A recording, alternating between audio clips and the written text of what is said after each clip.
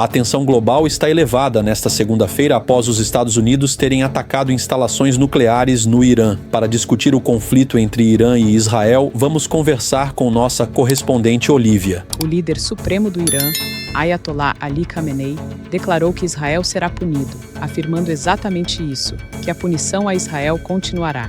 De fato, após os bombardeios dos Estados Unidos em 3 usinas nucleares iranianas, os iranianos começaram a utilizar um tipo de míssil que ainda não havia sido empregado contra Israel, além de aumentarem a quantidade de mísseis lançados.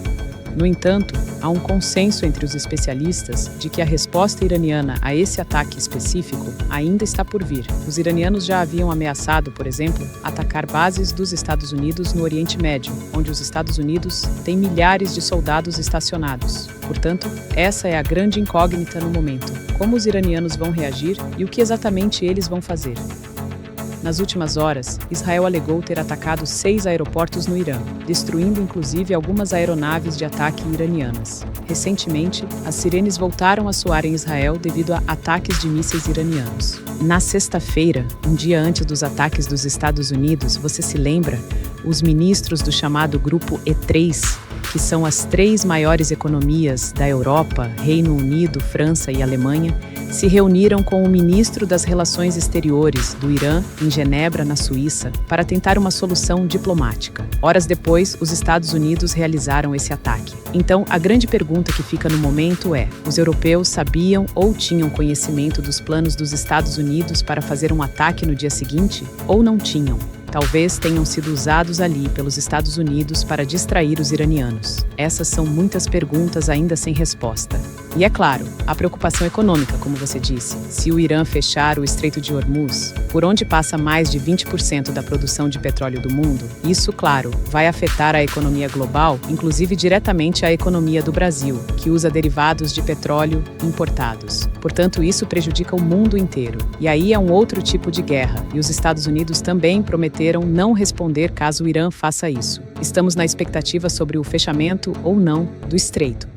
Em relação à Europa, vemos os Estados Unidos, historicamente aliados de Israel, mas há uma preocupação europeia, não só pela proximidade geográfica, mas também pela resposta que o Irã pode dar ao mundo, não apenas em termos de contra-ataques, mas também em termos econômicos, como o fechamento de um estreito crucial para o transporte de petróleo que abastece parte da Europa. Como a Europa entra nessa guerra, mesmo que de maneira diplomática neste momento?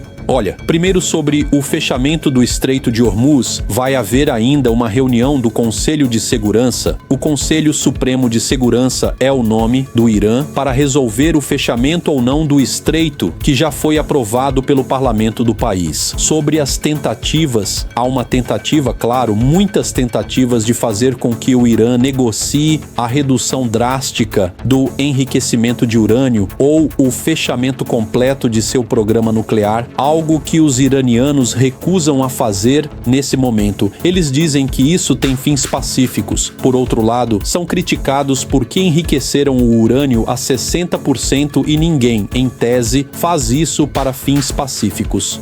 Hoje há uma série de reuniões de energia internacional, de Associação Internacional de Energia Atômica. Ministros europeus vão se reunir, Conselho de Segurança, tem o ministro das Relações Exteriores do Irã se encontrando com Vladimir Putin lá na Rússia. Portanto, há várias peças nesse tabuleiro sendo mexidas no momento e não há melhora no horizonte. Pelo menos até agora, porque o Irã prometeu, como eu disse antes, prometeu responder a esses ataques dos Estados Unidos e a expectativa é de que isso aconteça.